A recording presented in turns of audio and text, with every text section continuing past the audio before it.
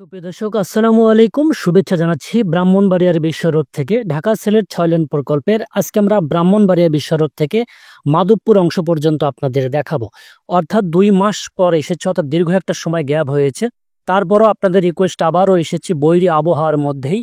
তো যতটুকু পারি আপনাদের দেখাবো। তো ব্রাহ্মণবাড়িয়া থেকে শুরু করে মাধবপুর আমি ইতিমধ্যেই অর্থাৎ ইতিপূর্বে যেগুলো ভিডিওগুলো দেখেছিলাম যেভাবে পর্ব করে ঠিক একইভাবে আবারও পর্ব করব। অর্থাৎ ২ মাসের ব্যবধানে কি কি কাজের পরিবর্তন এসেছে সেটি আজকে আপনাদের দেখানোর চেষ্টা করব। তো দর্শক, আমরা কিছু অংশ ড্রোনে দেখব, তারপরে হ্যান্ড ক্যামেরায় দেখব, তারপরে মাধবপুর গিয়ে আবারও ড্রোন ক্যামেরার সাহায্যে দেখাবো।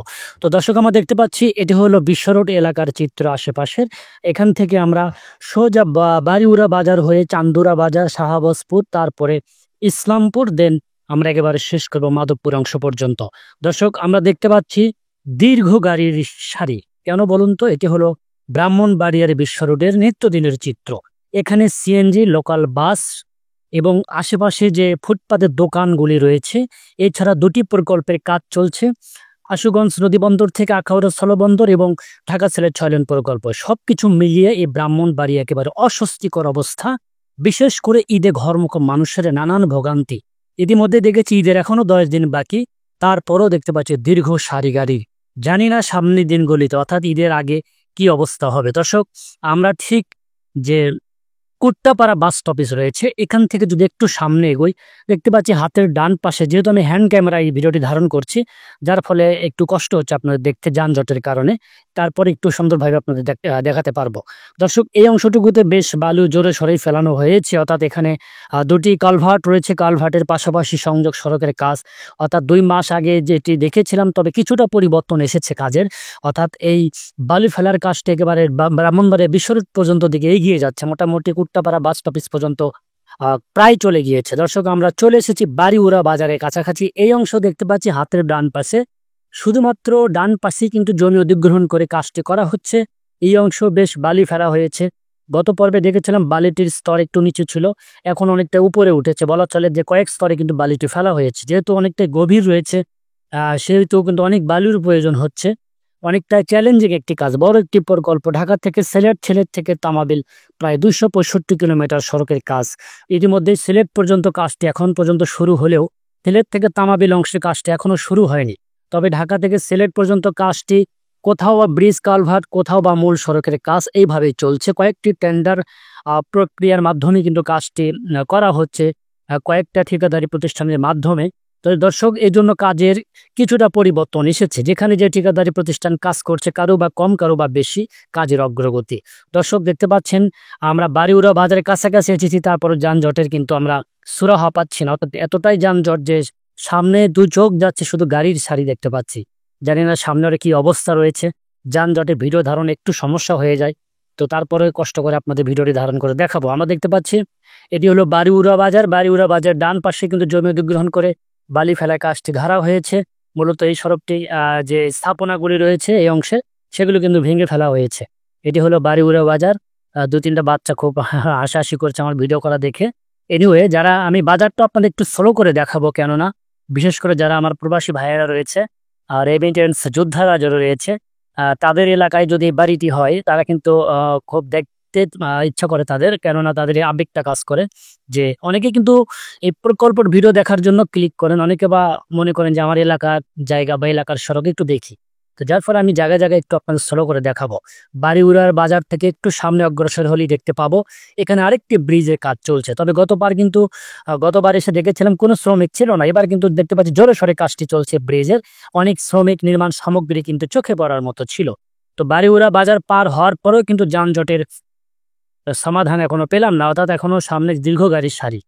তো যাই হোক, আমাদের হাতে বাম পাশে একটু ক্লিয়ার হলো, গাড়িটি চলছে। তবে গাড়ির গতি কিন্তু, অর্থাৎ দুঃখিত, আমি কিন্তু এডিটিং এর সময় এই স্পিড কিন্তু ৫ গুণ বাড়িয়ে দিয়েছে। অর্থাৎ যেই স্পিড ছিল সেখান থেকে ৫ গুণ বাড়ানোর পরে কিন্তু এই স্পিডটা আমরা দেখতে পাচ্ছি। তাহলে কতটা স্লো লেগে যাচ্ছে বা বাসগুলো। হাতের ডান পাশে দেখতে পাচ্ছি বালি কিন্তু একেবারে ফেলা হয়েছে। বলা চলে যে উকি দিচ্ছে সড়কটি, অর্থাৎ যে হাতছানি দিচ্ছে বলা চলে। স্বপ্ন এখন দৃশ্যমান হচ্ছে, এমনটি কিন্তু আমরা দেখতে পাচ্ছি। মোটামুটি 8টি লেন দ্বারা মোটামুটি 6টি লেন হবে, অর্থাৎ মূল লেন হবে 4টি আর 2টি থাকবে সার্ভিস লেন। এই মিলে কিন্তু এই সড়কের অগ্রগতি আমরা দেখতে পাচ্ছি। দর্শক, সামনে আরেকটি ব্রিজ আমরা দেখতে পাচ্ছি। এই ব্রিজে কি আমরা শ্রমিক দেখতে পাবো? তো হ্যাঁ, কিছুটা শ্রমিক আমরা দেখতে পাচ্ছি। এই যে মাঝ অংশে হাতের ডান পাশে দেখতে পাচ্ছেন, তারা কিন্তু কাজ করছেন। তবে যেহেতু বর্ষাকাল চলে এসেছে, কাজের অনেকটাই চ্যালেঞ্জিং হবে, পানি বাড়বে। তো যার ফলে আমি দেখেছি বাংলাদেশ সহ, ঢাকা শহর, রাজধানী সহ যেখানে যেখানে প্রকল্পে কাজগুলি করা হয়, মূলত বর্ষাকালে কিন্তু কাটাছেঁড়া কাজের গতি কিন্তু বাড়ে। কেননা এই জুন জুলাই কিন্তু একটা বাজেট ঘোষণা হয়, এই বাজেটের পরে কিন্তু নতুন করে কাজের গতি পায়। তো অনেকে বলে থাকেন যে বর্ষার সময় কেন রাস্তাঘাট কাটে, তাদের সুবিধার্থে আমি বলে রাখলাম যে জুন জুলাইয়ের কিন্তু বাজেট হয়, এই বাজেটের পরে কিন্তু গতিটা বেড়ে যায়, নতুন করে বাজেট পায়, টাকা পায়, তখন কিন্তু কাজটা শুরু হয়ে যায়। যার ফলে এই বর্ষাকালে কিন্তু সময়টা পড়ে যায়। আমরা চলে এসেছি শাহবাজপুর বাজার এলাকায়, দেখতে পাচ্ছি এই শাহবাজপুর বাজার খুব বৃষ্টি হচ্ছে মোটামুটি। আমি কিন্তু বৃষ্টির মধ্যে ভিডিওগুলি ধারণ করছি অনেক কষ্ট করে, কারণ আজকে আমি চ্যালেঞ্জ করেছি। আমি অনেক সময় অপেক্ষা করেছিলাম যে বৃষ্টিটা হয়তো বা ছাড়বে, কিন্তু সেরকম চোখে পড়েনি। যার ফলে আমি চিন্তা করলাম যে একটু কষ্ট করে হলেও, যেহেতু কষ্ট করে এসেছি এত দূরে, একটি আপডেট হলো আপনাদের শেয়ার করি। আমরা চলে এসেছি শাহবাজপুর বাজার থেকে একটু সামনে, অর্থাৎ তিতাস নদীর উপর যে তিতাস সেতু ব্রিজ, সেই ব্রিজের কিন্তু পাইলিং এর কাজটি চলছে। গতবার কিন্তু দেখেছিলাম কোনো পাইলিং এর কাজটি ধরা হয়নি, এবার দেখতে পাচ্ছি হাতের ডান পাশে খেয়াল করেন ক্রেন দেখতে পাচ্ছি। এই ব্রিজটি কিন্তু একটু ডান সাইড দিয়ে যাবে, যেহেতু একটি বাঁক রয়েছে, বাঁকটিকে সোজা করার জন্য ব্রিজটা ওইভাবে নেওয়া হচ্ছে। এটা হলো তিতাস নদী, পানিও কিন্তু বেড়ে যাচ্ছে। এই যে দেখতে পাচ্ছেন ব্রিজটি 4 লেনের রয়েছে, তো 4 লেনের পাশাপাশি আরো 4টি লেন কিন্তু তৈরি করে দেওয়া হচ্ছে, মোট 8 লেন হবে এই ব্রিজটি, এই ব্রিজ এলাকায়। আবার দেখতে পাচ্ছি এই যে হাতের বাম পাশে এসে উঠে যাবে। আমি আগেই বলেছি যে কোনো এক্সপ্রেসওয়ে বা হাইওয়ে মহাসড়কগুলি একটু সোজা রাখতে হয়, বা তাদের নিজস্ব একটা ধর্ম রয়েছে, যানজট এড়ানোর জন্য এবং দুর্ঘটনা এড়ানোর জন্য কিন্তু সোজা রাখতে হয়। সেখান থেকেই লক্ষ্য, অর্থাৎ সেখান থেকে মাথায় রেখে কিন্তু যতটুকু সম্ভব মডিফাই করে কিন্তু এই সড়কটিকে সোজা করা হচ্ছে।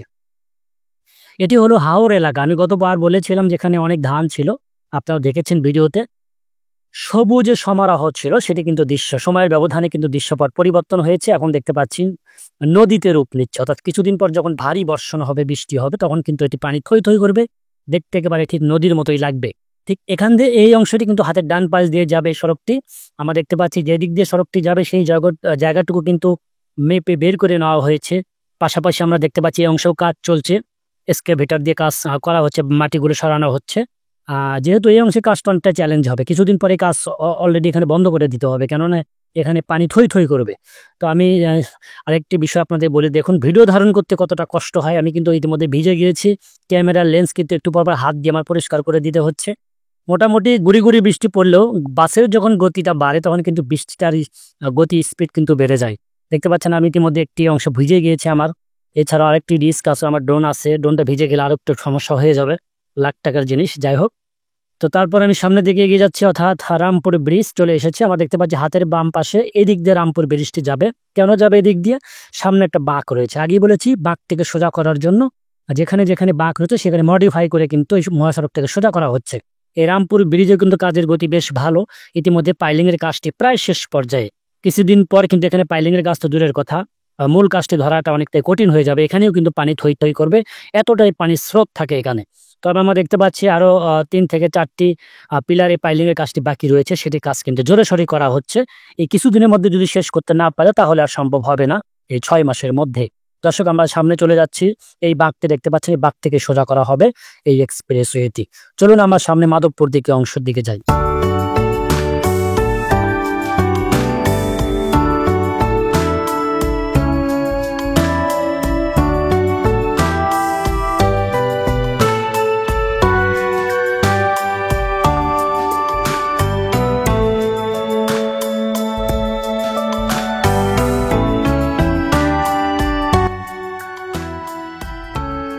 আমরা একটু আপনাদের দুই পাশের দৃশ্যটা দেখাতে চাই, কত সুন্দর মনোরম পরিবেশ। এক পাশে নদীর মতো লাগছে, পানি থই থই করছে, যদিও গত 2 দিন ধরে ভারী বর্ষণের কারণে পানিটা এখানে জলাবদ্ধতার সৃষ্টি হয়েছে। হাতের ডান পাশে দেখতে পাচ্ছি আরেকটি কালভার্ট বা ব্রিজের, ছোট একটি ব্রিজের কাজ চলছে। শ্রমিক কিন্তু দেখার মতো ছিল, চোখে পড়ার মতো ছিল, জোরে সরে কিন্তু কাজটি করা হচ্ছে। খুব দ্রুততার সঙ্গে কিন্তু নিচের অংশের কাজটি শেষ করতে হবে, নয়তো বা আবার 3 থেকে 4 মাস অপেক্ষা করতে হবে পানি শুকানোর জন্য বা পানি কমানোর জন্য। দর্শক, আমরা চলে যাচ্ছি সামনের দিকে, অর্থাৎ চান্দুরা বাজার দিকে। চান্দুরা বাজার থেকে যাব ইসলামপুর, ইসলামপুর থেকে মাধবপুর গিয়ে শেষ করব আজকের পর্ব। দর্শক, আমরা চলে এসেছি চান্দুরা বাজার এলাকায়। এখানেও বৃষ্টি হচ্ছে। যারা চান্দুরার স্থানীয়রা রয়েছেন, বিদেশে থাকেন, তাদের সুবিধার্থে ভিডিওটি একটু স্লো করে আপনাদের দেখাচ্ছি। আপনাদের মনে পড়ে কিনা দেখুন সেই স্মৃতিময় জায়গা, আপনাদের প্রাণের বাজার, কতটা সুন্দর, কতটা ন্যাচারাল, কতটা মনোমুগ্ধকর পরিবেশ। ইতিমধ্যে ঝিরিঝিরি বৃষ্টি পড়ছে, চারিদিকে সবুজে সমারোহ। তো আপনাদের দেখুন, আপনাদের সেই আদি চীনা সেই জায়গাটি। তারপর এখান থেকে আমরা শুরু করে আবার সামনের দিকে যাব।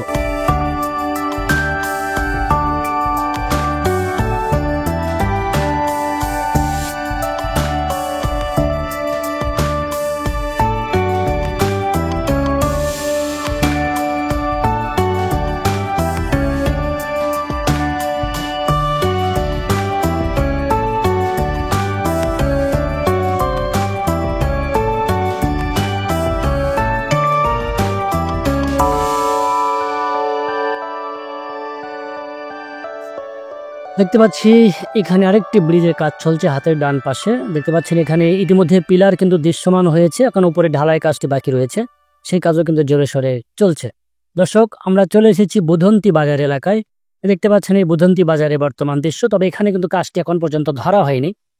কিছু কিছু জায়গায় কিন্তু মূল কাজ শুরুই হয়নি বলা চলে। বড় একটি প্রকল্প, কাজেরও অনেক ধীর গতি, যেহেতু রাজনৈতিক পট পরিবর্তনের পর একটা ধাক্কা খেয়েছিল। তারপর করোনা মহামারী 2021 সালে এই প্রকল্পটির কাজ শুরু হয়েছিল, তারপর দফায় দফায় মেয়াদ বাড়ানো হয়েছে, সেই সঙ্গে বাড়ানো হয়েছিল ব্যয়ও। তবে বাংলাদেশের যেগুলি প্রকল্প রয়েছে, প্রতিটি প্রকল্প যেন একটা নিয়মে পরিণত হয়েছে। নিয়মটি হলো দফায় দফায় মেয়াদ বাড়ানো আর অর্থ বাড়ানো। তো দর্শক, আমরা সামনের দিকে যাচ্ছি, অর্থাৎ চলে যাচ্ছি। দর্শক, আরেকটা বিষয় বলি, এখান থেকে অর্থাৎ আমরা দেখতে পাচ্ছি দুই পাশে দুটি সাইনবোর্ড, এই দুটি সাইনবোর্ড থেকে অর্থাৎ এই অংশটুকু থেকে কাজ পেয়েছে PDL, অর্থাৎ প্রপার্টিস ডেভেলপমেন্ট লিমিটেড। অর্থাৎ এখান থেকে শুরু করে রতনপুর পর্যন্ত কাজ পেয়েছেন তারা। তবে তাদের যে কাজের গতি সবচাইতে প্রশংসার দাবিদার তারাই, কেননা এই অংশটুকুর কাজের গতি সবচাইতে বেশি।